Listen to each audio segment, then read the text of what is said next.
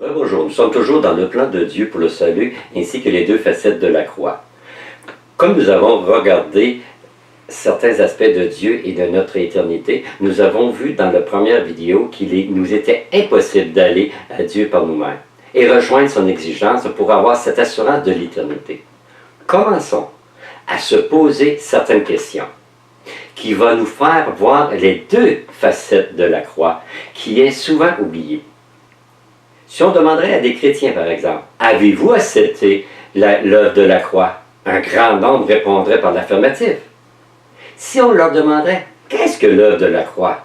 Plusieurs répondraient « C'est la crucifixion de notre Seigneur Jésus afin de nous pardonner de nos péchés. » Bien que ce soit effectivement vrai, cela peut nous induire en erreur. Une question plus appropriée devrait être posée à nos chrétiens. Avez-vous accepté les deux facettes de l'œuvre de la croix? Quelles sont les deux facettes de l'œuvre de la croix? La plupart des gens connaissent d'un côté de la croix et non les deux. Les chrétiens de nos jours connaissent le côté de Jésus Sauveur, celui qui guérit, celui qui bénit, celui qui prend soin, qui délivre, qui restaure, qui est merveilleux. Mais l'autre côté, le côté que nous devons laisser Dieu régner dans nos vies.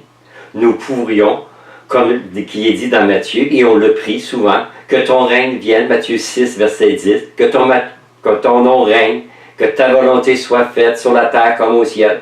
Comme je le disais, on le lit, mais est-ce que nous le pratiquons? Que ton règne vienne, que ta volonté. Notre Dieu a-t-il le droit, surtout dans notre vie? Oui, ou si nous gardons des endroits que notre Dieu n'a pas le droit de décider, nous gardons nos propres décisions. Pourtant, pendant de nombreuses années, on m'a enseigné cet aspect de la croix, celui de la croix sur laquelle Jésus est mort pour moi. Il était crucifié à la croix à ma place. Il a donné sa vie pour moi. Son sang précieux a coulé pour le pardon de mes péchés. C'est vrai, c'est toutes des vérités bibliques. Je ne pense pas m'avancer trop en disant que la grande majorité des chrétiens connaissent bien cet aspect de la croix. C'est le fondement des églises évangéliques, la base de millions de sermons adressés à des millions de croyants. C'est la vérité et nous louons Dieu pour que toutes les fois que la vérité est proclamée. Mais il y a l'autre aspect de la croix, une autre dimension de la même vérité, qui n'est pas si bien connue et à propos de laquelle on enseigne très peu, mais qui est aussi importante que la première facette de la croix. C'est pourquoi des millions de croyants se contentent d'accepter la croix du pécheur, c'est-à-dire qu'ils l'ont confessé Jésus comme sauveur et qu'ils l'ont accepté comme leur substitut. Il est tout à fait sûr que Jésus est notre substitut et qu'il est mort à ma place à la croix pour nos péchés. Mais comme j'ai déjà dit, il y a deux facettes à la croix. Pierre fait allusion à cette double œuvre de la croix quand il écrit dans 1 Pierre 2, verset 21. Et c'est à cela que vous avez été appelés, parce que Christ aussi a souffert pour vous, vous laissant un exemple afin que vous suiviez ses traces. Christ aussi a souffert pour nous. C'est le premier aspect de la croix, mais il nous laisse un exemple afin que nous suivons les traces de Jésus-Christ. Mais l'œuvre de la croix a deux aspects, comme j'ai dit depuis le commencement. Le premier, Jésus-Christ est notre substitut. Le deuxième, Jésus-Christ est notre exemple. Dans le premier cas, Jésus, qui est notre substitut, il a porté la croix. Dans le second, Jésus-Christ est notre exemple, j'ai pris la croix. La première œuvre de la croix est pour le pécheur. Le second œuvre de la croix est pour le disciple. Matthieu 7, versets 13 et 14 nous dit « Entrez par la porte étroite, car large est la porte spacieuse et le chemin qui mène à la perdition. Il y a beaucoup qui entrent par là, mais étroite est la porte, réservez le chemin qui mène à la vie, et il y a peu qui la trouvent. » Jésus a dit que le chemin qui mène à la vie passe par une porte étroite et un sentier étroit. La porte n'est que le commencement du voyage, ce n'est pas la destination. Nous devons donc avoir en même temps la porte et le chemin. L'un n'est pas complet sans l'autre. Une fois que nous sommes passés par la porte, qui est Jésus mort et ressuscité, il y a un chemin que nous pouvons suivre, celui que Jésus nous montre. Passer la porte nous permet de marcher sur le chemin. Mais la porte est incomplète sans le chemin. La vie est au bout du chemin, pas au début. C'est parce que Jésus est le substitut que je peux maintenant marcher dans le long du chemin. La croix du disciple est le chemin. Maintenant, je peux suivre son exemple. Jean 14, 6 dit, Jésus lui dit, « Je suis le chemin, la vérité et la vie. Nul ne vient au Père que par moi. » Jésus a dit, « Je suis le chemin qui mène à la vie éternelle. » Jésus n'a pas dit, « Je suis un chemin. » Il a dit, « Je suis le chemin pour avoir la vie éternelle. Je suis le chemin qui mène à la vie. » Passe à travers une porte étroite et un chemin étroit. La porte étroite, c'est Christ. C'est l'endroit parce qu'il est le seul chemin. Il n'y a pas d'alternative pour avoir la vie éternelle. Mais pourquoi le chemin est-il si difficile? En partie parce qu'il est plus facile d'accepter Jésus en tant que substitut, sauveur, que de l'accepter en tant qu'exemple. C'est-à-dire que beaucoup sont prêts à accepter Jésus sauveur, mais moins Jésus Seigneur. Dieu a-t-il le pouvoir décisionnel sur ta vie? C'est ce que Dieu nous dit ce matin. Il veut avoir le pouvoir décisionnel sur ta vie. Nous ne sommes pas tout prêts à l'accepter. C'est pour cela que le chemin est difficile ou qui semble être difficile. Mais la bonne nouvelle est quand une personne commence à accepter que Dieu a le meilleur pour lui. Il lui abandonne tous les domaines de sa vie. Là, le chemin devient facile. Malheureusement, comme dit la Bible, peu empruntent ce chemin. Nous pouvons assez facilement reconnaître Jésus comme notre sauveur et substitut. Par une simple prière, oui et non. L'exemple de Jésus nous amène à demander dans nos prières, « Père, amène-moi à être comme ». À l'état d'homme fait, à la mesure de la stature parfaite de Christ. Vous voyez ça dans Éphésiens 4, 13. Nous avons un seul modèle à suivre. Pourquoi pas décider d'être comme Jésus, qu'il devient pour chacun de nous notre Seigneur? Marcher effectivement sur ses traces ne semble pas si attrayant. Pourtant, il y a plusieurs avantages de suivre dans le domaine de la vie que Dieu nous demande. Il y a des avantages de marcher dans les traces de Jésus dans tous les domaines de nos vies.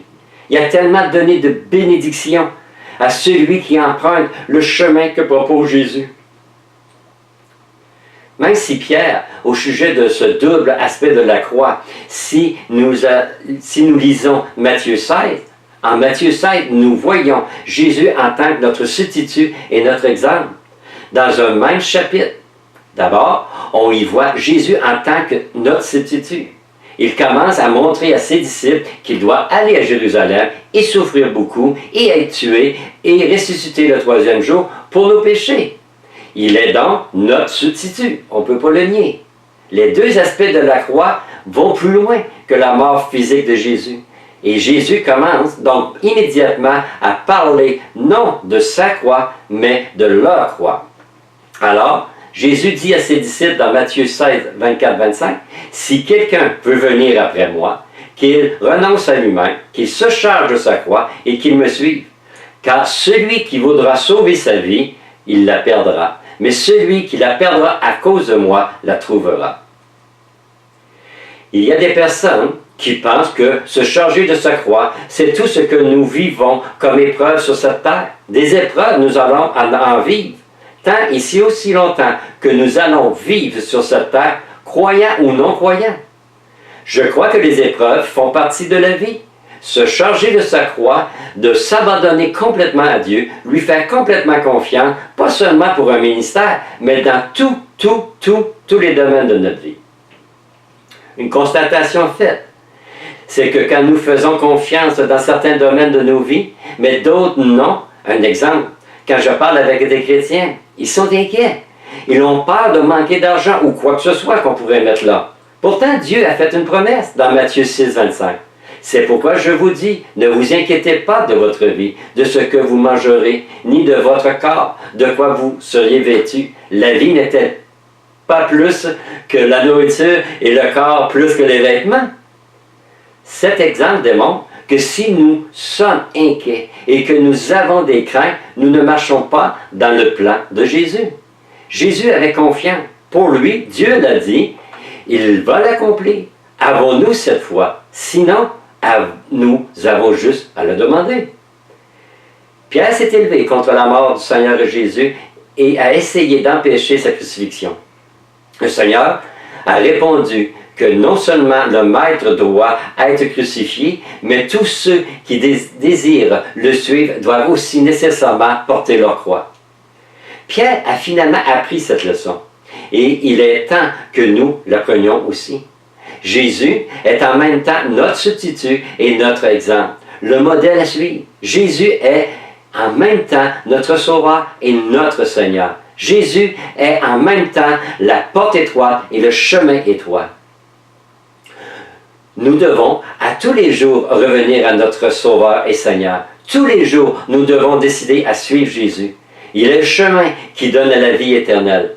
Maintenant, sur la terre, nous pouvons tous vivre cette relation intime avec notre Dieu. À cause que Jésus a accepté d'être notre substitut. Il a dit dans Matthieu 28, 20, « Je suis avec vous tous les jours jusqu'à la fin du monde. » En terminant cette capsule, nous avons soulevé des points importants des deux aspects de la croix. Il est primordial de demander à Dieu de nous faire comprendre la différence d'accepter Jésus comme Sauveur via Seigneur de nos vies.